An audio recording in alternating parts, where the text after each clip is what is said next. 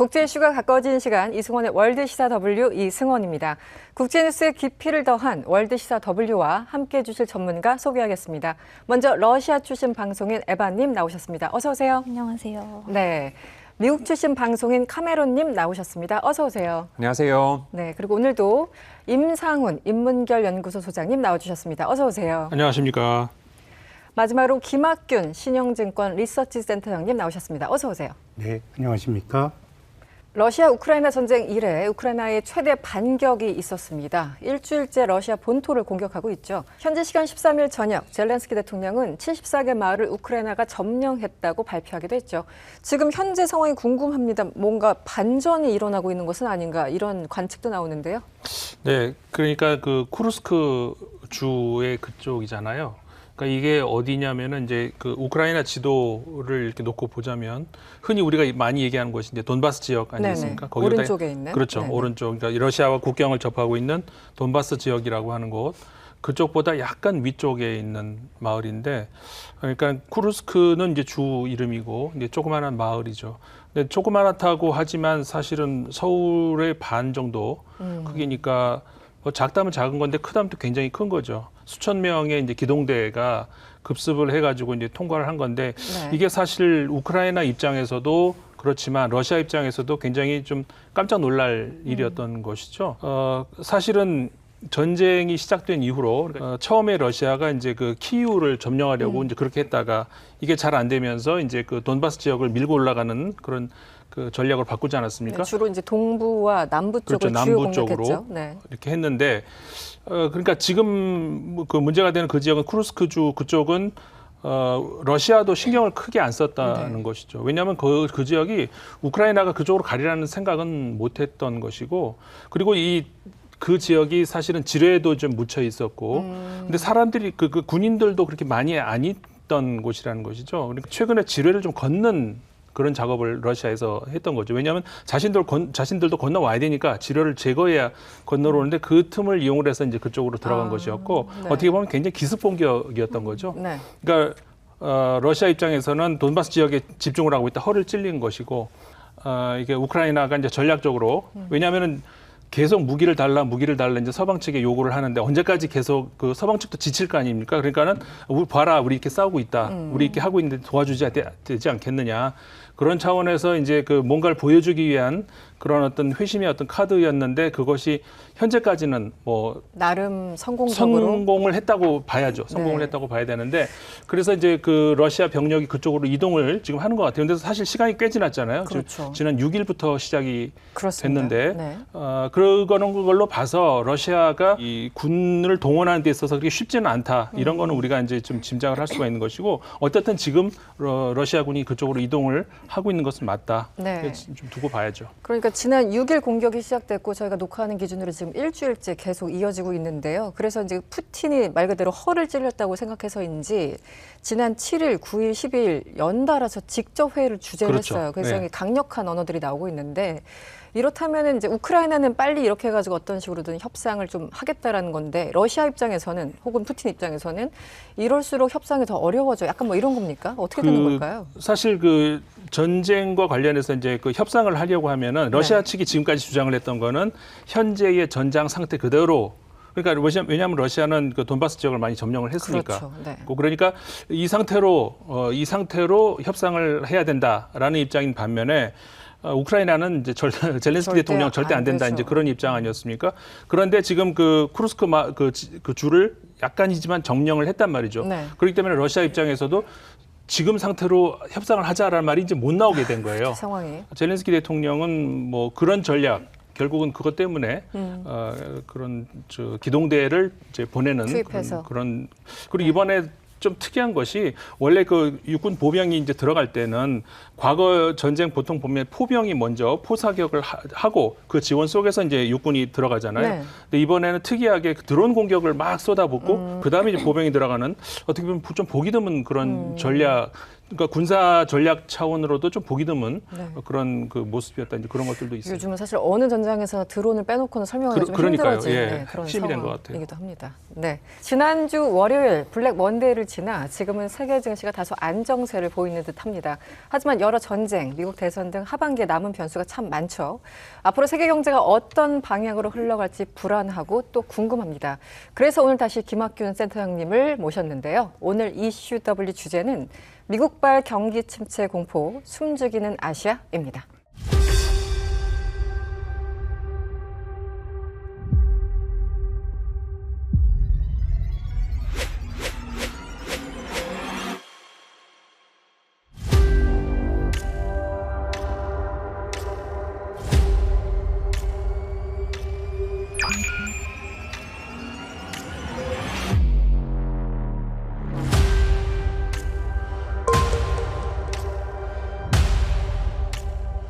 Inflation has eased substantially from a peak of You are, and all we will do of these successful, and I think I have a better سرعت عمل سامانه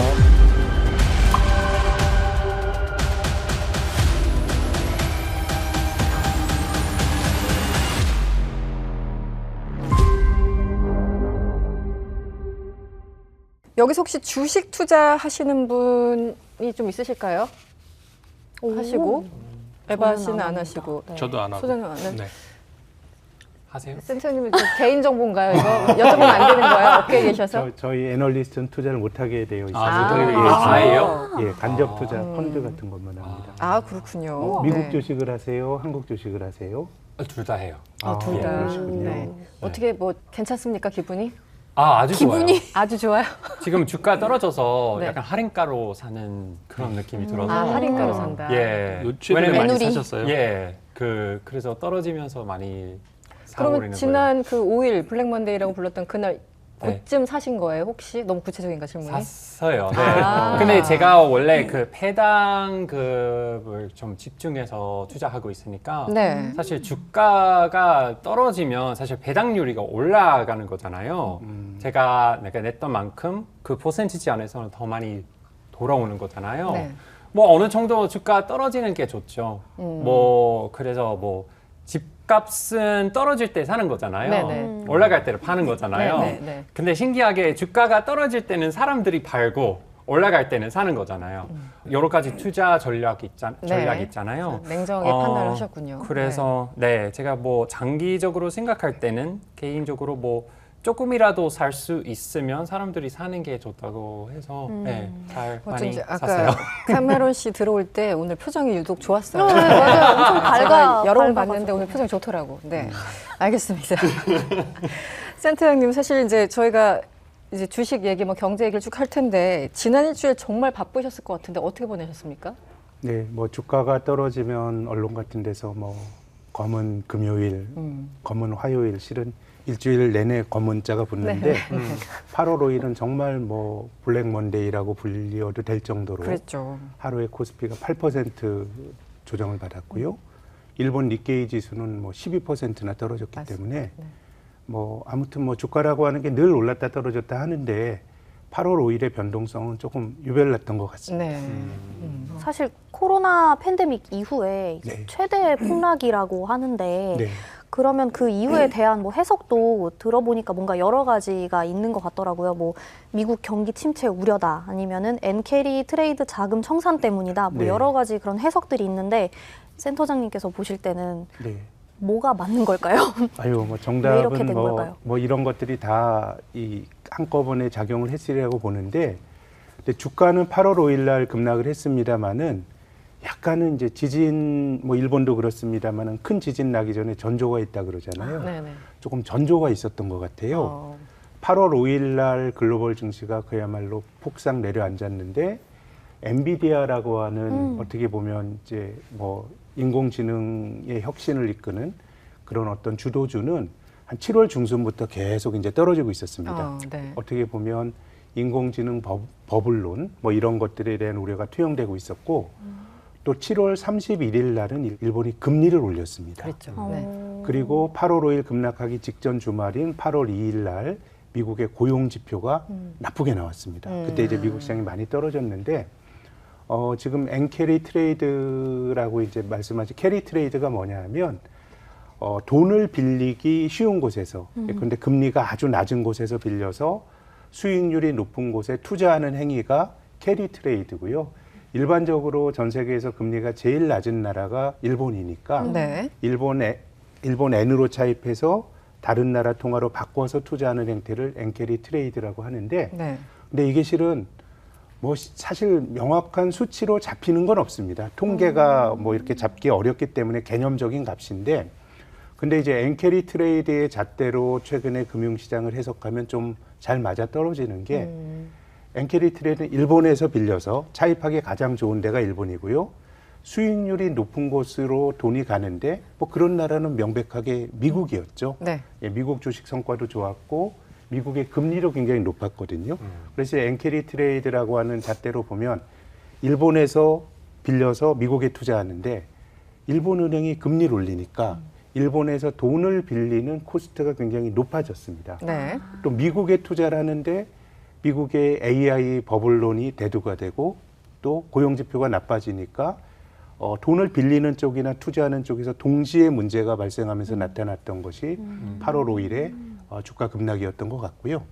이제 다행스럽게도 그 이후로는 어느 정도 이제 좀 회복이 되는데 이제 미국 쪽의 경기가 뭐 경기 침체로 갈 거냐, 뭐 AI가 버블이냐 여기는 아직 정답이 있는 것 같지는 않지만 일본 쪽에서 나타났던 균열은 조금 완화가 되는 것 같습니다. 네, 네. 네, 일본이 이제 금리를 올리고 좀 머쓱해졌죠. 보통 중앙은행이 금리 한번 올리면 연속적으로 올리는데 7월 31일 날 금리를 올린 다음에 금융시장이 이렇게 요동을 치니까 금융시장이 이렇게 요동을 치면 이제 우리가 9월이나 뭐 금리 안 올릴게라고 하면서 좀 백기를 들었기 네네. 때문에 전체적으로 일본 쪽에서 나타났던 좀 불안 요인은 어느 정도 완화가 되고 있는데 미국 AI 주식이 버블이냐, 미국의 경기 침체가 올 거냐 이거는 여전히 좀 논란이 진행 중인 것 같습니다. 그 블랙 먼데이가 이제 8월 5일이었고 제가 기억하기로는 8월 3일 그 이틀 전에 그때 뭐 블룸버그 같은 데서 속보가 계속 뜨는데 뭐 워렌 버핏이 뭘 팔았다. 나중에 이제 기사 찾아보니까 뭐 애플을 팔았다. 네. 뭐 주식을 일부 팔고 현금화를 뭐 네. 하기 시작했다. 그래서 이런 것들이 이제 딱 그 블랙 먼데이랑 연결된 건 아니겠지만 네. 그 워런 버핏의 어떤 그런 행태가 네. 뭔가를 의미하는 거였을까요? 제가 생각해 뭐 보니까 크게 보면 좀 AI 버블론에 좀 힘을 실어주는 네. 애플이라고 하는 회사의 시가총액이 최근에 3조 달러까지 갔거든요. 3조. 예, 우리나라 전체 상장 회사 주식을 다 합쳐도 뭐 1조 5천억 달러 내외인데 애플의 올해 주가 올라간 게 이제 절반에.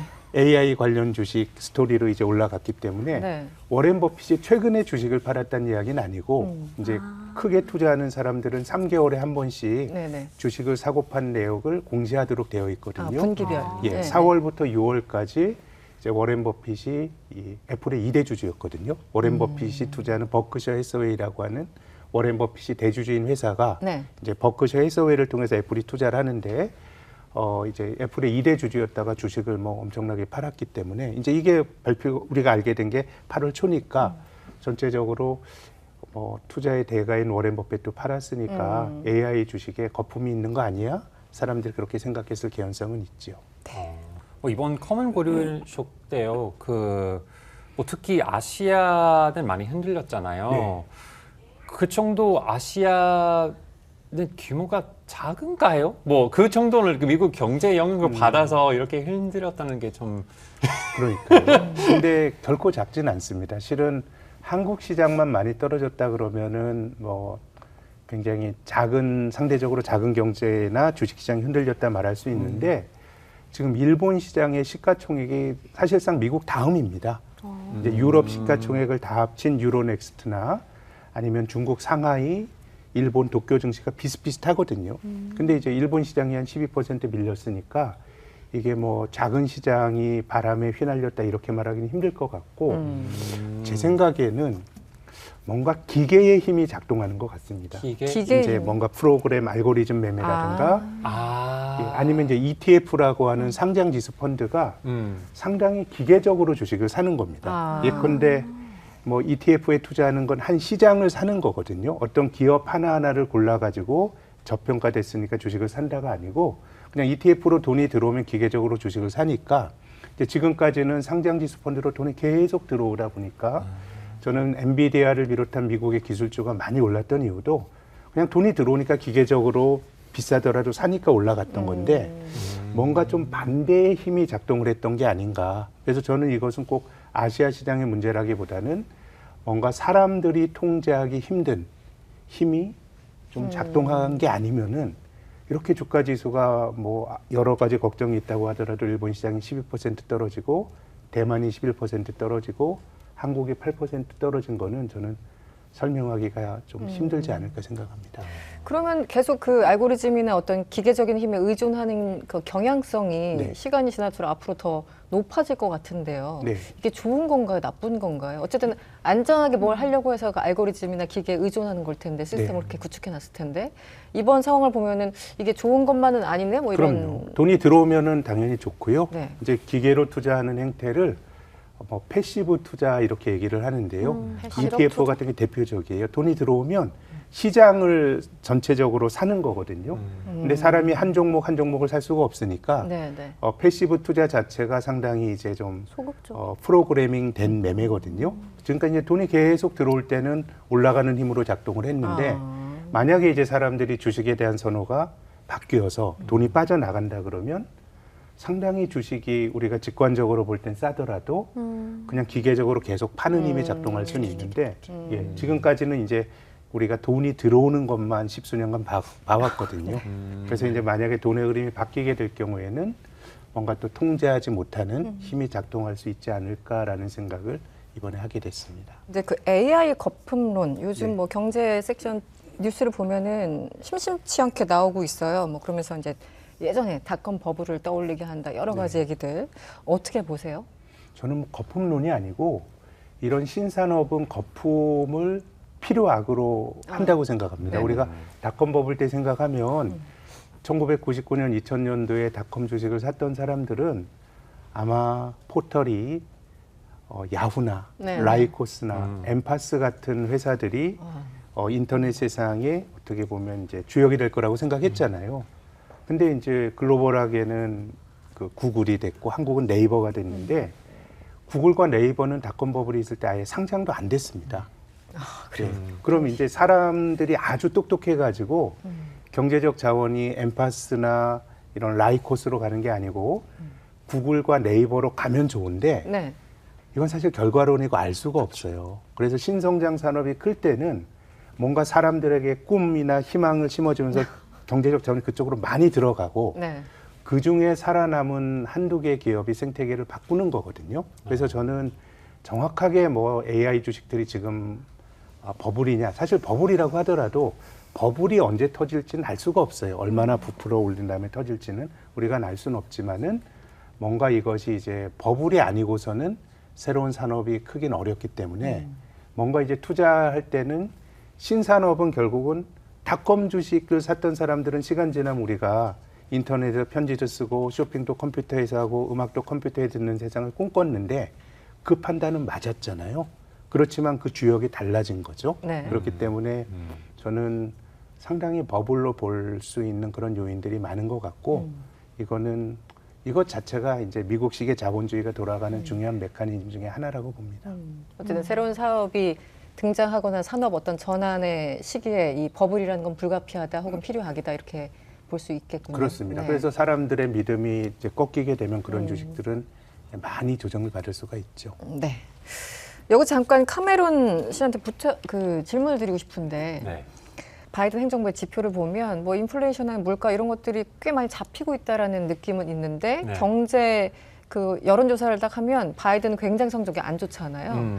주변 미국 이제 친구, 친척, 뭐 가족들 네. 물가에 대해서 어떤 얘기를 하나요? 진짜 4년 동안 팍팍해졌다 뭐 이런 얘기를 하나요? 그렇죠. 정말 이상한 게 물가가 올라가는 것은 사람들이 다 이걸 느끼기는 느껴요. 네. 그런데 어떤 사람들이 그러니까 약간 좀 돈을 아끼고 저렴하게 살려고 하는데 어떤 사람들은 그냥 신용카드 쓰고 신경 안 쓰는 사람도 있는데요. 네. 그 SNS 볼 때도 그 되게 이런 역시 물가가 올라갔구나 뭐 그런 트렌드도 있긴 있어요. 뭐 그 몇 년 전부터 듀프 문화라는 거 있었는데요. 뭐 깍퉁 문화 이거 써서 네. 명품 아닌데 명품 같이 생긴 거 얼마나 이거 퀄리티 좋은데 사실 명품 아닌 거 네. 그거 자랑하는 건데 이제 그거 아니고 새로운 단어가 나타났어요.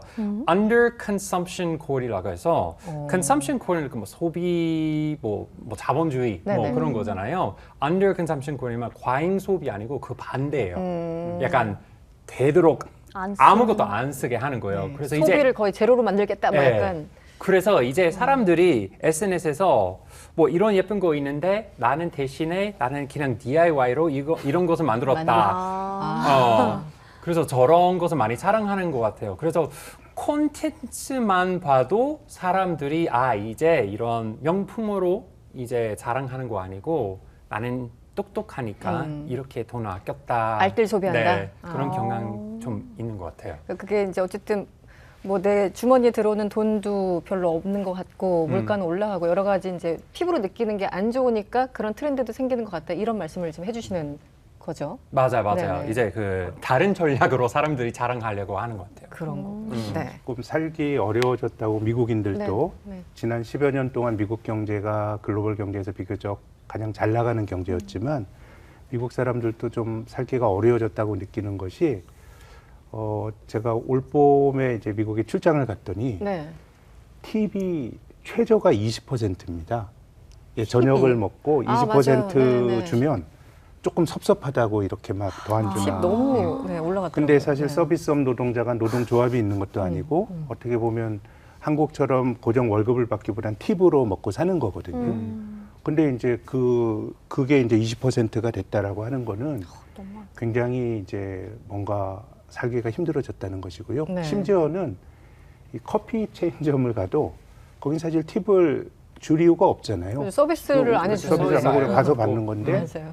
근데 이제 크레딧 카드로 결제하더라도 팁을 클릭하는 게 있어요. 그리고 보면 또 이렇게 막 이렇게 보고 있어가지고 키오스크 또 안 맞아, 주면 팁. 또 굉장히 인색해 보여가지고 이제 그게 어떻게 보면 이제 미국은 서비스 비중이 굉장히 큰 나라이기 때문에 뭔가 이제 물가로 좀 주름이 잡히는 뭐 주식 투자 많이 하는 사람들이나 실리콘밸리의 빅테크 기업이나 뭐 이런 쪽은 너무너무 좋습니다만은 전체적으로 조금 그늘도 많이 생기는 거 아닌가 이런 느낌. 말씀하시니까 저도 생각이 나는데 제가 2023년 1월인가 그때 미국에 잠깐 몇 주 갔었는데 그 팁이 말씀하신 것처럼 최저가 15, 보통 18, 20%를 주도록 돼 있고 아예 버튼이 있어요. 그래서 아이패드를 주고 너 얼마 줄래라고 하는데 이제 옆에 서 계시잖아요. 그래서 안 보이게 이렇게 돌려가지고 맞아요. 이렇게 제일 돌죠. 제일 최저가를 찍는 뭐 이런 슬픈 모습을 연출했던 기억이 납니다. 요즘 이 팁 문화가 굉장히 조금 살벌해졌는데 어쨌든 얼마 전 미국의 7월 생산자 물가지수 그리고 소비자 물가지수가 발표됐죠. 검은 월요일이 지나간 이후 많은 사람들이 이 지표를 주목했었는데요. 발표된 지수에 따른 영향 뭐 어느 정도일 거라고 생각을 하시는지요? 네. 근데 좀 물가가 좀 그래도 좀 둔화가 돼야죠. 중앙은행이 그렇게 금리를 2년간 올렸는데 어떻게 보면 미국 경기가 둔화되는 건 좀 자연스러운 일입니다. 네. 그러니까 어떻게 보면 물가라는 게 사람들이 많이 써야 물건 가격이 올라가거든요. 그래서 중앙은행이 금리를 올리는 이유는 경제의 김을 빼는 겁니다. 좀 소비도 좀 덜하고 네. 그럼으로써 물가 안정을 도모하면서 경제가 계속 이렇게 달려가다 보면 고금리가 장기간 유지가 되면 굉장히 이제 위험한 것이 누군가 그 경제에 빚을 많이 진 경제 주체가 존재하거든요. 그럼 고금리가 장기화되면 누가 빚을 못 갚고 손을 들어버리면 그게 전체적으로 은행이 돈 떼이고 돈이 안 도는 신흥경색이 발생하기 때문에 중앙은행의 그 금리 올리는 긴축은 좀 경기 둔화와 물가 안정을 맞바꾸는 건데 이제 미국이 작년 재작년에 금리를 많이 올렸다 그러면은 제 생각에는 이제는 둔화되는 게 조금 자연스러운 일인 것 같고요. 작년에 미국 경제 성장률이 2.5%입니다. 2.5. 예, 우리나라가 미국보다 경제 규모가 훨씬 작잖아요. 네. 작년 우리는 1.4% 했고 네. 올해 미국 경제 성장률 전망치가 한 2.3%입니다. 어마어마한 거예요. 그런 네. 겁니다. 이제 어떻게 보면 선진국. 26조 달러 정도 되는 경제가 한국보다 더 큰 속도로 성장하는 거니까 그렇게 본다 그러면 제 생각에는 경기 침체가 뭐 경착륙으로 가면 심하게 망가지는 걸로 가면 그건 중앙은행도 원하는 바도 아니지만은 조금 뭐 적절하게 좀 이제 둔화가 되는 게 이제 저는 뭐 글로벌 경제 전체적으로는 좋을 것 같고요. 특히 이제 미국이란 나라가 기축통화국이거든요. 네네. 미국이 금리를 높게 유지하면 다른 나라들이 많이 압박을 많이 받습니다.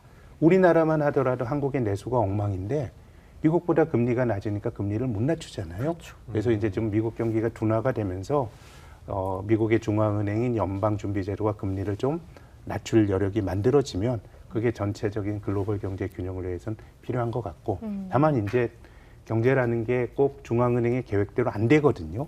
연착륙을 바라지만 혹시 경제가 또 아주 심하게 나빠질 수도 있는데 뭐 아직까지는 저는 미국 경제가 경착륙으로 아주 심하게 나빠지고 있다라고 하는 증거를 아직은 찾지는 못하는 그런 상황인 것 같습니다. 네. 지난 8월 5일이었나요? 이 뉴욕타임스의 폴 크루그먼이 이제 또 칼럼을 써서 지금 리세션 직전이다. 뭐 당뇨병에 이제 비유하면서 내가 보기에는 정말 경기가 안 좋은 것 같고 최근에 금리를 내렸어야 되는데 페드가 바보같이 너무 늦었어. 뭐 약간 이런 내용이었던 것 같은데 실제 앞으로 어떻게 되는 겁니까? 예, 글로벌 경제를 좀 예측해 주시면. 뭐 그런 주장엔 좀 공감하기가 힘든 게 네. 2분기에 미국의 GDP 성장률이 2% 중반을 했거든요.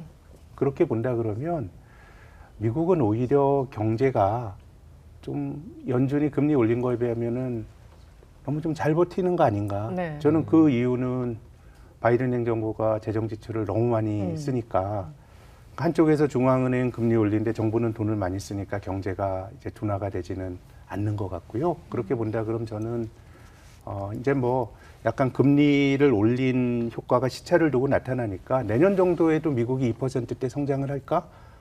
그럼 저는 경제학 교과서를 바꿨어야 된다고 보는데 그 정도로. 둔화가 될 가능성이 높다고 봅니다만은 뭐 그런 정도는 뭐 감내해야지.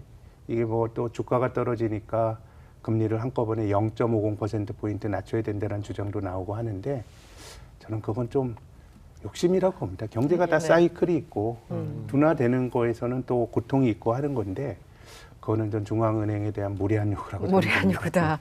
그럼 당장 어쨌든 그 페드에서는 9월에 금리 인하 가능성을 강력하게 시사했잖아요. 그래서 약간 내려가는 거 아닌가라고 생각하는데 네. 지금 어떻게 보세요? 안 내리면은 안 되겠죠. 그러니까 인플레이션이 완전히 잡혔다라기보다는 지금의 물가 상승률이 3%대에서 움직이니까 중앙은행이 인플레이션과의 전쟁에서 완전히 승리했다 이렇게 말하기는 어렵습니다. 근데 이제 역사적으로 보면 미국이 금리를 올리다 보면 경제가 대체로 큰 탈이 났습니다. 이제 우리가 2008년도 미국 부동산 시장이 어려워지면서 소위 글로벌 금융위기가 생긴 것도 연준이 2004년부터 2006년까지 금리를 올리니까 그 후폭풍이었거든요. 그래서 저는 금리가 높게 유지가 되면 미국뿐만 아니라 한국도 어렵습니다. 지금 뭐 한국은행도 금리를 못 낮추잖아요. 그래서 저는 9월 달에 금리를 낮추는 거는 인플레이션과의 전쟁에서 완전히 승리해서가 아니고 네. 고금리가 유지가 됐을 때의 여러 가지 부작용을 생각을 하면 연준도 금리를 어느 정도는 좀 낮춰야 되는 거 아닌가라는 생각이고 그래서 금융시장에서는 9월에 연준이 금리를 뭐 낮출 거라는 그 기대치가 거의 100%인데 네네. 이번에는 저는 좀 9월에는 좀 낮추지 않을까 생각합니다. 예. 정치적으로 할 수 있을까요? 대선거 직전이라서 네. 그러네. 뭔가 건드리면 사람들이 뭔가 말하지 근데 않을까. 그 예측이 됐었던 것 같아요. 그러니까 올 초에도 이미 미국 연준에서 올 초에 그 미국 대선이 있는 거 다 알고 있잖아요. 그럼에도 불구하고 그 연준에서 올해 말까지는 4%, 4.6 뭐 이렇게 유지를 그 정도까지 이제 그 맞추겠다 이런 발표 나오지 않았습니까? 그러니까는 9월에 안 내리면 뭐 네. 어렵지 않을까요? 오히려 이제 트럼프가 이 사람이 이제 부동산 그 개발업자니까 네. 기본적으로 저금리를 되게 좋아합니다. 그래서 금리를 낮춰야 된다라고 주장을 하지만 선거 앞두고는 낮추지 마 했던 거 아닙니까? 네. 그래서 저는 이번에 만약에 연준이 금리를 안 낮추면 오히려 정치적 중립성에 대한 많은 도전이 있을 것 같고 지금 연준 의장 파월 의장은 공화당입니다. 공화당이고 벤 버냉키도 공화당입니다. 직전 연준 의장이었던 제니 렐러는 민주당이고 네네. 근데 벤 버냉키가 공화당 당적을 갖고 있지만 그 오바마 대통령 때 중용이 됐고요. 그래서 사실 미국은 이 전문가의 세계에서는 당적을 막론하고 이 사람이 전문가의 양심을 가지고 한다라고 하는 믿음이 있는 사회인데 네. 근데 그렇게 보면 이제 트럼프 연사는 참 미국이라는 나라의 어떤 신뢰, 자본 이런 것들을 많이 좀 깎아내리는 측면이 저는 있는 게 아닌가 생각합니다. 오히려 사실 미국이 네네. 신뢰를 유지하고 있는 것이 오래전부터 그 전통이잖아요. 대통령은 절대로 그 연준 금리를 건드리지 않는다는 거는 사실 불문율인데 오래전부터 그래 왔잖아요.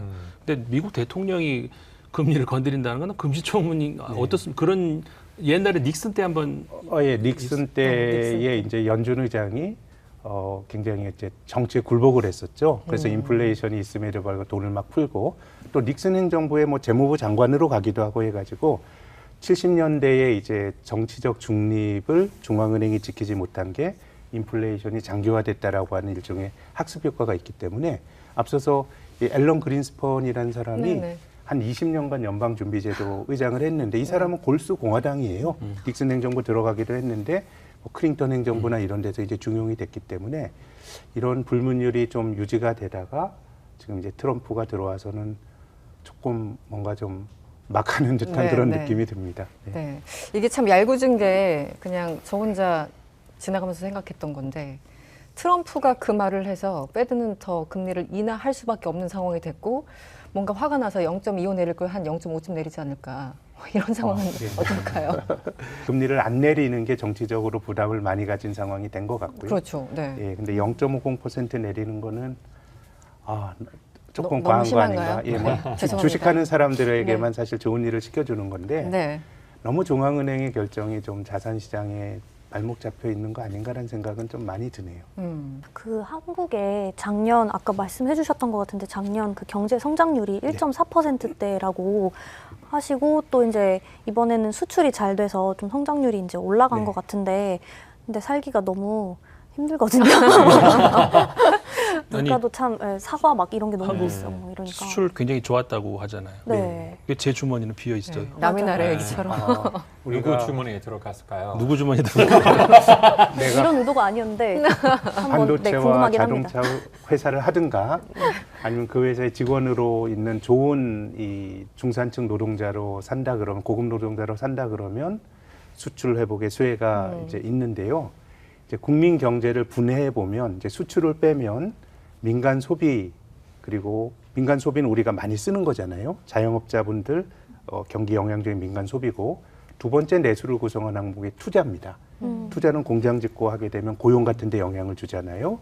그리고 하나가 정부 지출입니다. 정부가 돈을 쓰는 건데 한국은 이 내수 세 개가 다 어렵습니다. 일단 민간 소비는 가게가 빚을 너무 많이 지고 있기 때문에 네. 은행에 원리금을 갚느라고 쓸 돈이 없는 것 같아요. 내가 뭐 예컨대 뭐 이게 다 중산층이 부동산에 자기의 욕망을 투영한 건데 집값 올라가면 좋죠. 근데 뭐 그렇다고 팔 건가요? 그러니까 이제 쓸 돈이 없는 거예요. 돈이 부동산에 묶이면서.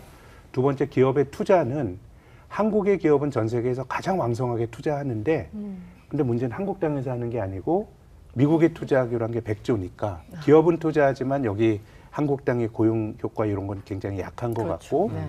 지난 정부 때는 이제 정부가 지출을 많이 늘리면서 이제 내수 경기를 방어했는데 이건 뭐 철학의 문제라고 봅니다. 뭐 진보 정부는 정부가 많은 걸 해야 된다는 입장이고 보수 정부는 정부가 하는 것보다 시장에 맡겨두자는 입장이잖아요. 그래서 우리 정부는 지금 재정 지출이나 이런 거 상당히 경직적으로 가져가니까 네.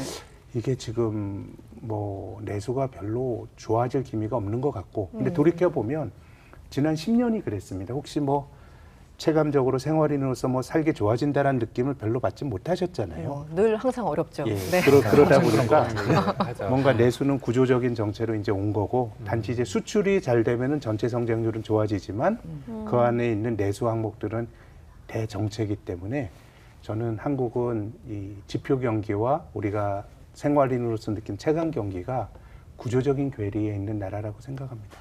예전에 우리 친구들끼리 만나면 항상 다른 사람 주식 다 오르는데 내 주식만 안 올라 이러고 있는데 요즘은 다른 나라 주식 다 올라가는 것 같은데 한국 주식만 안 올라 뭐 여러 가지 예, 가슴 아픈 소리들이 많이 들립니다. 이번에 이제 블랙먼데이 지나면서도 한국 증시만 너무 약한 거 아니야? 뭐 이런 얘기도 들렸는데 실제 어떻습니까? 뭐 약하기는 많이 같이 네. 약했는데 네. 이제 뭐 일본은 많이 오른 나라가 조정받으니까 그럴 수 있다고 치더라도 네. 못 오른 나라가 또 많이 떨어지니까 좀 상대적인 박탈감을 느낄 수밖에 없는데 근데 사실은 2008년 이후로 보면 글로벌 경제의 동조화란 건 완전히 깨졌습니다.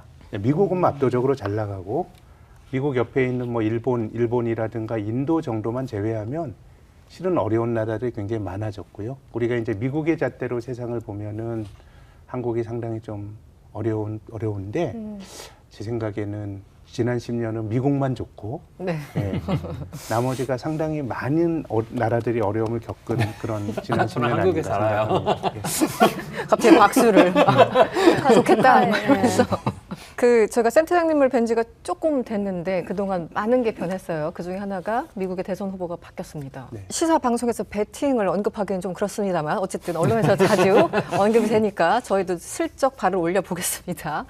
지금 이 상황에서 한 0.1%라도 혹은 1%라도 누가 이길 것이다. 뭔가 가능성을 점쳐본다면 어떻습니까? 지금 100일도 안 남았죠, 대선이? 네.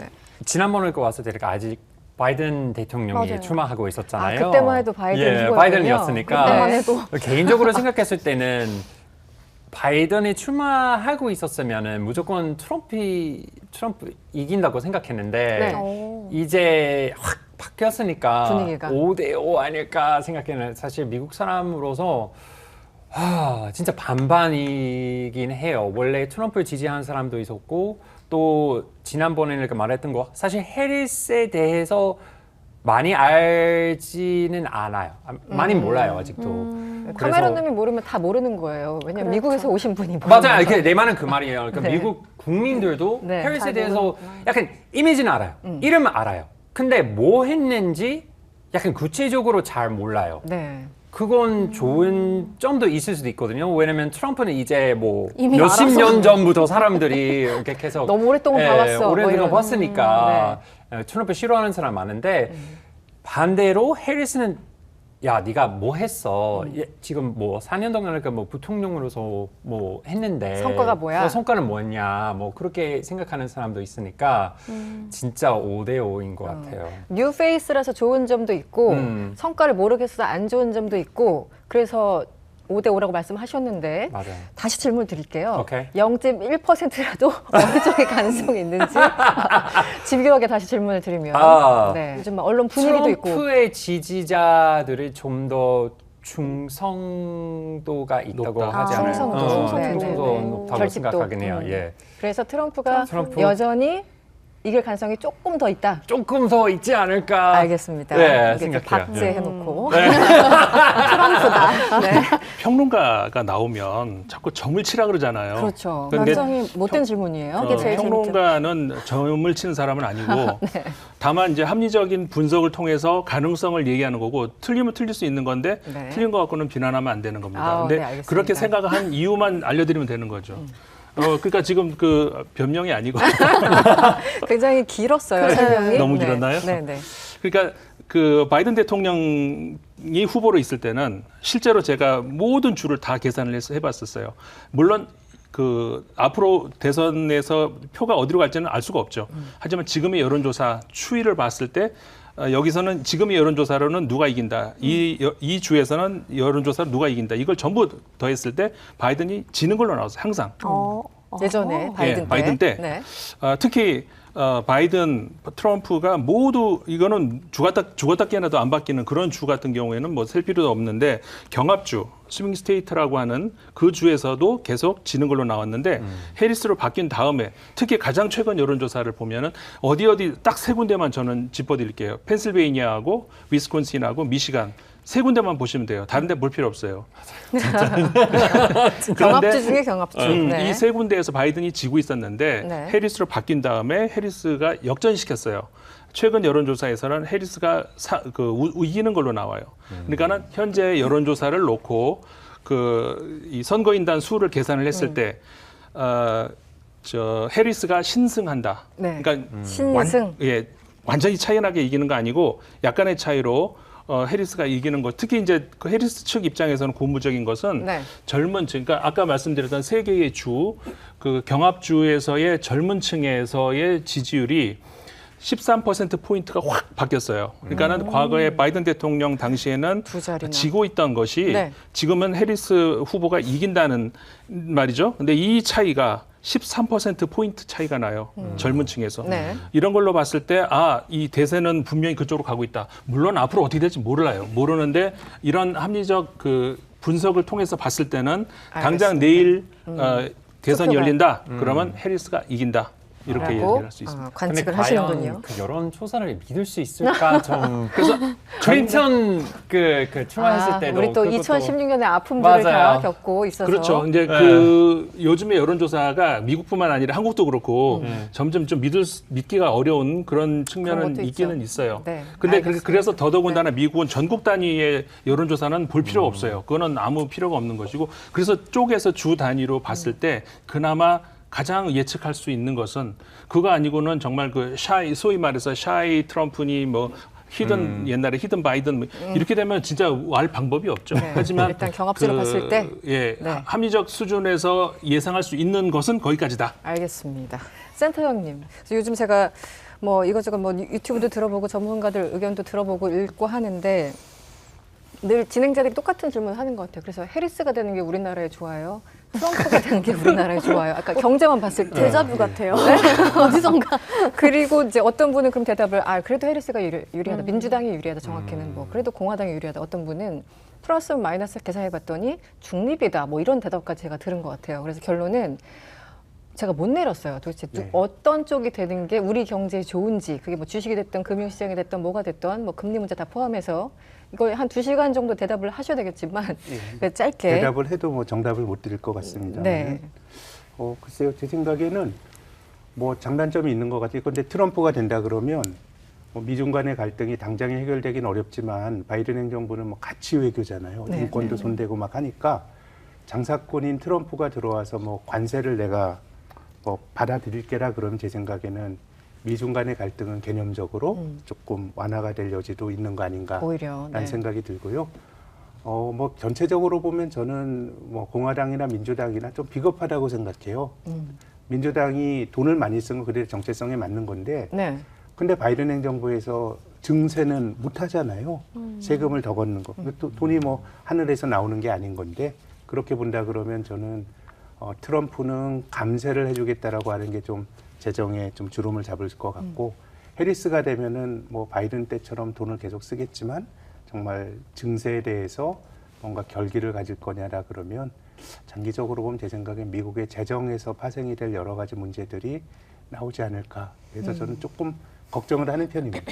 네. 걱정을 예, 미국 누가- 경제 불안이 네네. 누가 되더라도 재정을 되더라도. 해결하기는 좀 힘들 것 같고 거기서 비롯될 불안이 다른 나라에도 좀 영향을 주지 않을까 뭐 이런 생각이 드네요.